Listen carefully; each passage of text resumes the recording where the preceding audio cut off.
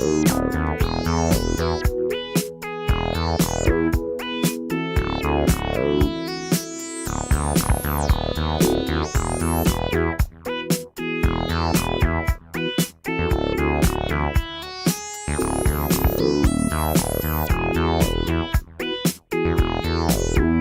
of the Mayor and City Council on Monday, March 14th, 2022 to order.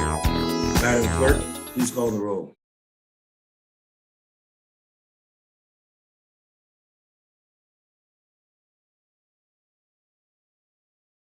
Mr. DeWalt, Here. Mr. Cole,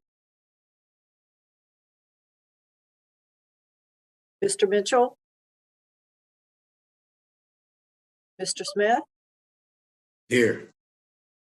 President Smith, Mr. Sidnor, Here. Mayor Mo. I'm here. On to agenda item number 3, approval of minutes of the work session on February 2nd, the 5th, meeting on February 14th, and the 6th meeting on February 28th, 2022. I'll entertain a motion. I'll make a motion that we approve the minutes of the announced meetings by Council President Brencis Smith. Well, can I get a second? I second. Councilman Signor. Madam Clerk, please call the roll. Mr. DeWalt, Yes. Mr. Sidnor, Yes. Mr. Cole,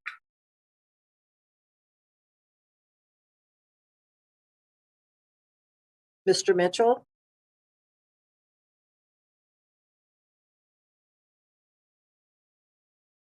Yes. President Smith. Yes. All right. Moving on to agenda item number 4, report of the Mayor and City Council. I'll start with myself. This Saturday, March 19th, the City Council will be in the Laurel Town Center distributing free COVID-19 tests, kits for you to take home and store with your families. Please come out, meet us, and come take them off our hands. We got them just for you. All right, moving on to Councilman DeWalt. Good evening, everyone. I have a couple items. Last Wednesday, March 9th, I was down the American Legion Post 60 when 4 K-9 officers, along with Major John Hamilton, were there, and they presented a plaque to Officer Matt Jordan, who had lost his partner suddenly. And they gave him a very, very nice plaque in remembrance of his canine partner. And they also donated $1,000 to the canine unit itself.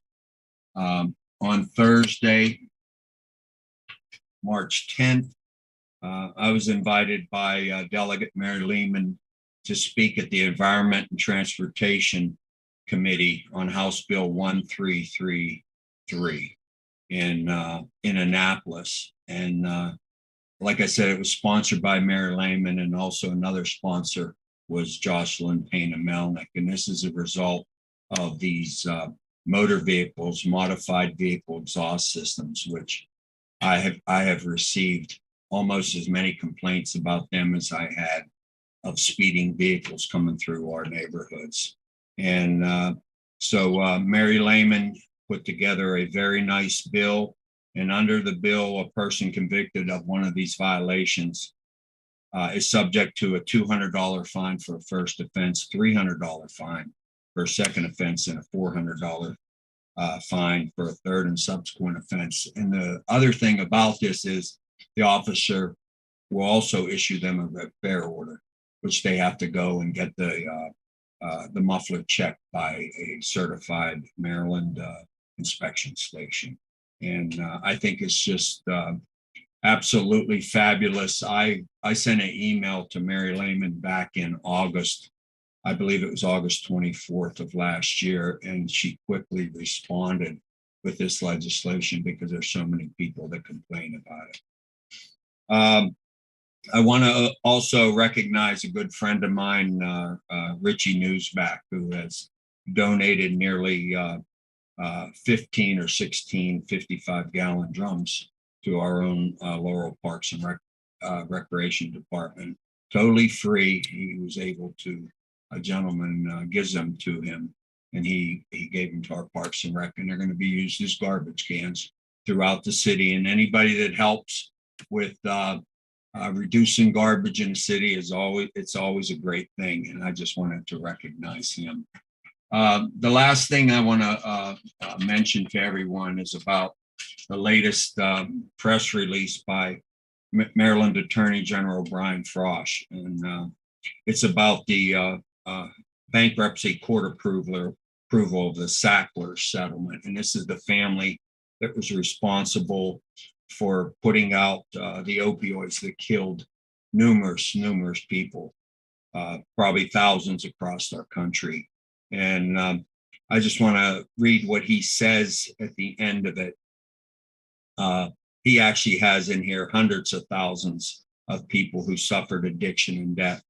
Once finalized, this settlement couldn't bring an additional hundreds of millions of dollars of additional money to state governments and their local subdivisions throughout the country for opioid abatement.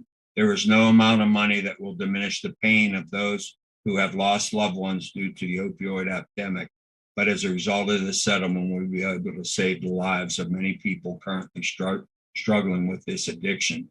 The bankruptcy settlement was originally for $4.325 billion, and they apparently took it back into court, and they got an additional $1.675 billion, almost a $6 billion settlement, and hopefully a lot of that money, not a lot of that, but some of that money will be coming into the state of Maryland, and we can definitely benefit from helping people who are still currently suffering from opioid addiction.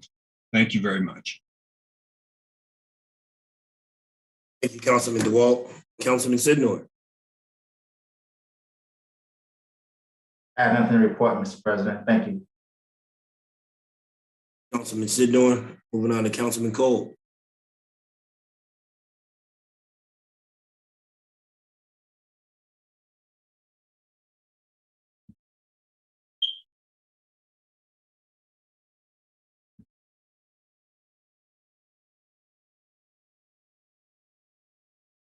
Mr. President, I'm not sure he Yes. heard you.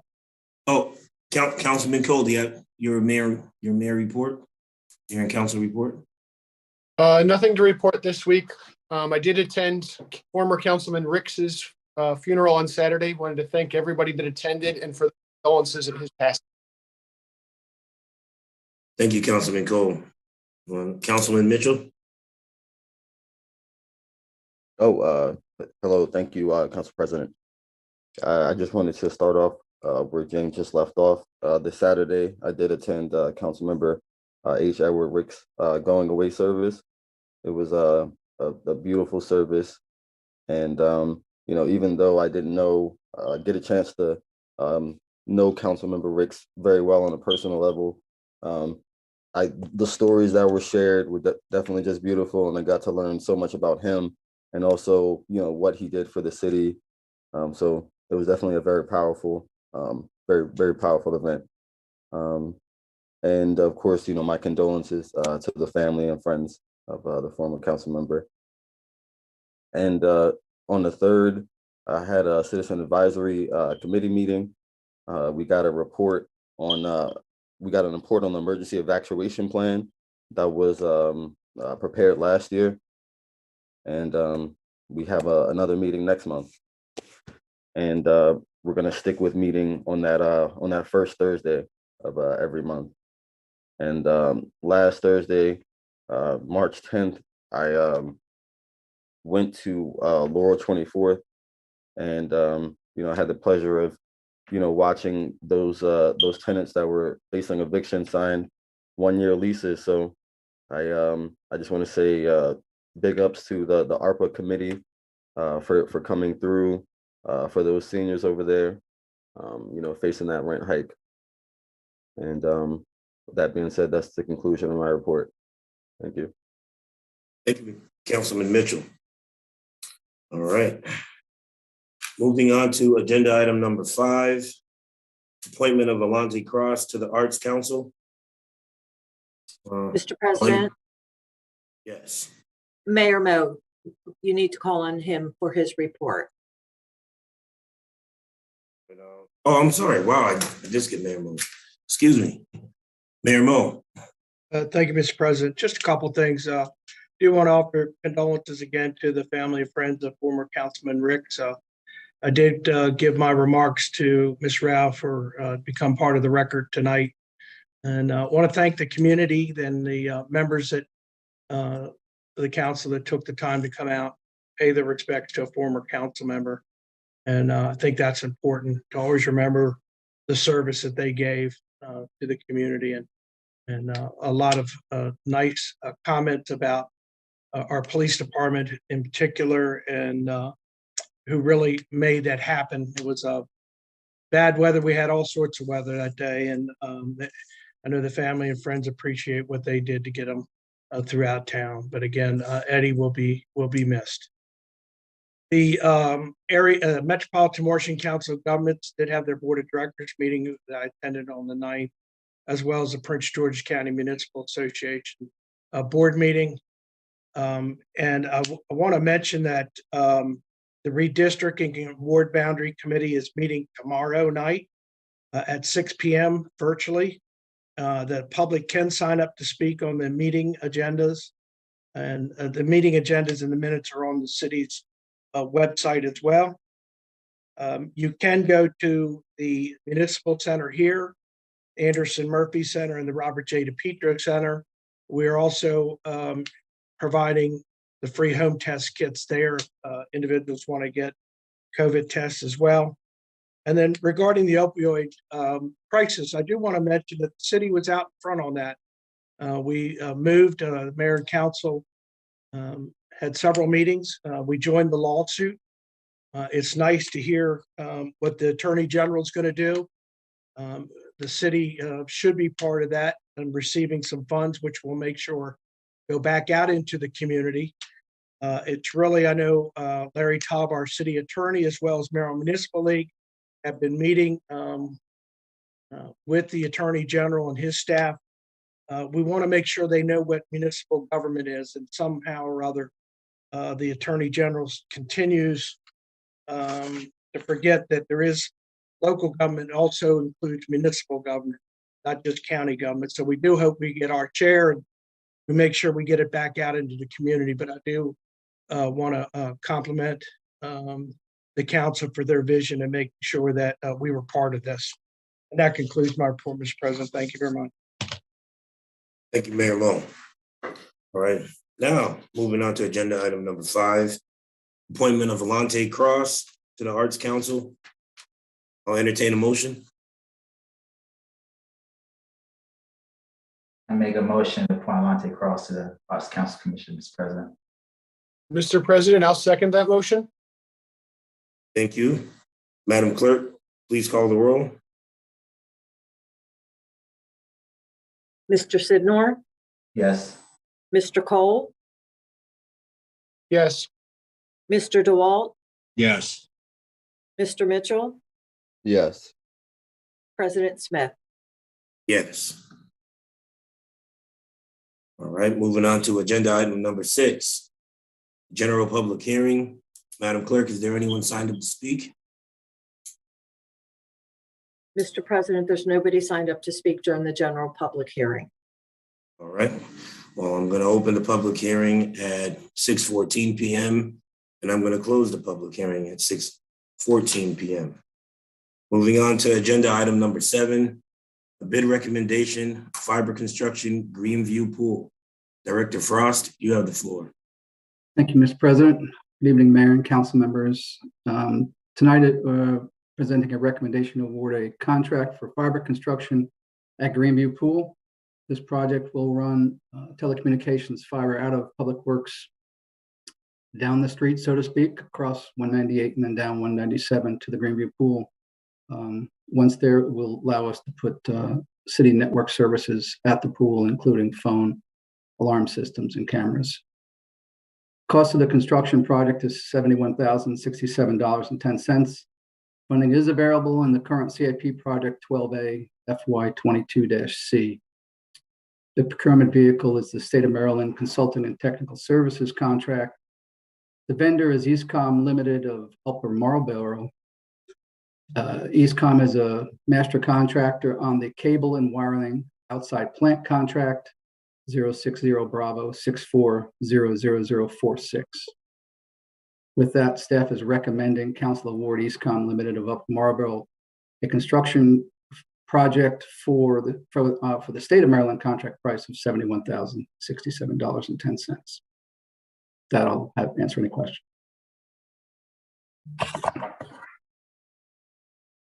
Questions from the council? No. All right, so I'll entertain a motion to approve. Make a motion to approve fiber construction at Greenview pool and award the contract as weighted in record. Can I get a second? I'll second it. Thank you, Councilman Mitchell. Madam Clerk, please call the vote. Mr. President, I missed the second on that one. That was Councilman Mitchell. Okay, great. Councilmember Sidnor, Yes. Councilmember Mitchell, Yes. Councilmember DeWalt, Yes. Councilmember Cole, Yes. Council President Smith. Yes. All right. Moving on to agenda item number 8, introduction and first public hearing on ordinance number 1995, an ordinance of the Mayor and City Council of Laurel, Maryland to amend Chapter 17, Traffic, Article 2, Operation of Vehicles of the Laurel City Code by adding Section 17-16C, Speed Monitoring Systems in Residential Districts, to authorize the placement of speed monitoring systems in residential districts in the city with a maximum posted speed limit of 35 miles per hour and providing an effective date. I've read the title into the record for the first reading. Madam Clerk, is there anyone signed up to speak? There's no one signed up to speak on this item. Chief Hamel, would you like to touch on this? Yes, sir. Thank you. And good evening, Council President Smith, Mayor Moe, and the entire council. Before you is ordinance number 1995, allowing for the expansion of our current speed camera program in certain residential districts within the city. As you know, traffic and pedestrian safety are primary concerns for the Laurel Police Department, as well as many of the people who live in and visit our city, but especially for the mayor and council. With that in mind, we are always searching for ways to enhance our ability to increase such safety and to make our streets and communities more secure from the harms of aggressive and illegal driving. During the last legislative session, the Maryland legislature enacted enabling legislation, which allows for the expansion of the speed camera program within certain residential districts within our city. We believe by providing for such via this legislation, we will be better able to address traffic and pedestrian safety concerns more effectively within our community, helping to better protect our roadways for everyone. It is envisioned that we would exercise this ability in accordance with the soon-to-be released traffic safety and parking plan findings and in conjunction with other enforcement, education, and engineering measures available to the city. Tonight, we are respectfully requesting your support for Ordinance 1995. Thank you, and we're available for any questions you may have. Thank you, Chief Hamel. We're going to open the public hearing at 6:19 p.m. and close the public hearing at 6:19 p.m. A second public hearing with possible action on ordinance number 1995 is scheduled for the Mayor and City Council meeting on Monday, March 28th, 2022 at 6 p.m. There being no further business to come before the Mayor and City Council, this meeting is adjourned.